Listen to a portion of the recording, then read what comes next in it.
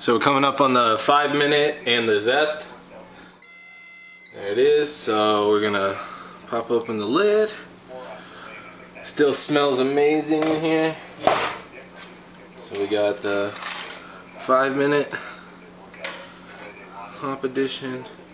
Looking for the small side.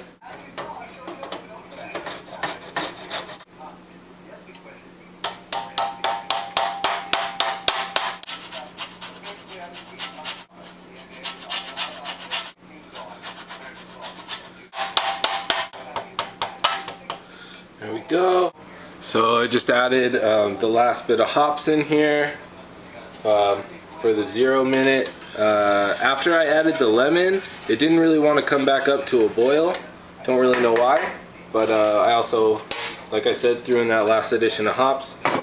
So right here, I'm just making an ice bath.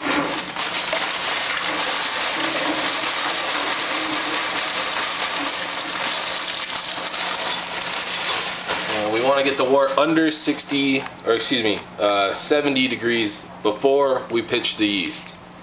So now we have the wort with the last addition of hops, and we're going to put it in the ice bath.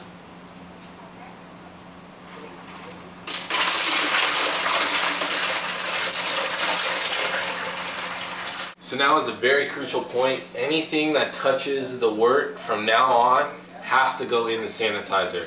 So I just finished adding all the wort into here. What I did was, after the ice bath, I poured all the water back into the pool where it came from, and then I took the strainer, placed it over the funnel, and just leaned it against the faucet right there. It's usually helpful when you have more than one person, but since I'm obviously doing it by myself, just did it like that.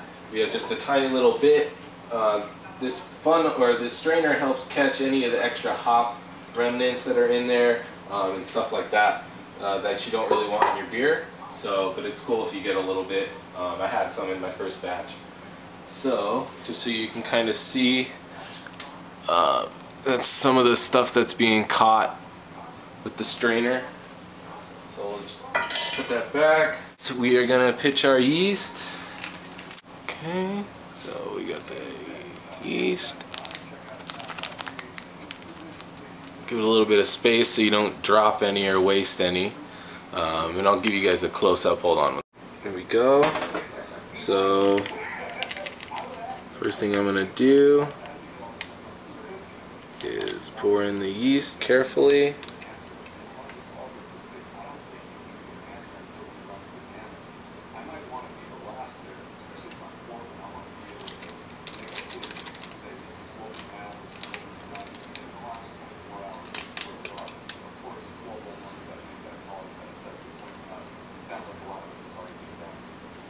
So you can see the yeast is already really starting to multiply.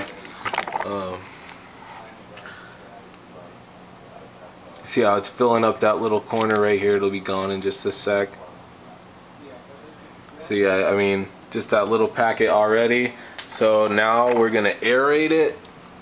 I got my hand dunked in the sanitizer. So we're gonna aerate everything up. Give it a shake. Introducing the oxygen for the yeast. That's going to eat all the sugars, convert it into CO2 and alcohol. And we're going to, right after this, we're going to attach the blow-off tube and let this chill for a few days and really actively ferment, probably within the next 12 to 48 hours. So there we go. Alright, so now we had everything transferred. We added the yeast. We got the bottle in here and the airlock going on. With everything coming up towards into the valve. I have a little clip on here just to make sure that thing, the tube doesn't come out. You see this little clip thing. So just add that on there to make sure the tube doesn't come out of there, because air can ruin your beer. So we're going to let that sit for about 3 days. Then we're going to switch it to the airlock, the 3-piece airlock, this guy, after about 3 days. And then that means 2 weeks from today, this guy will be done fermenting and we can put it into bottles.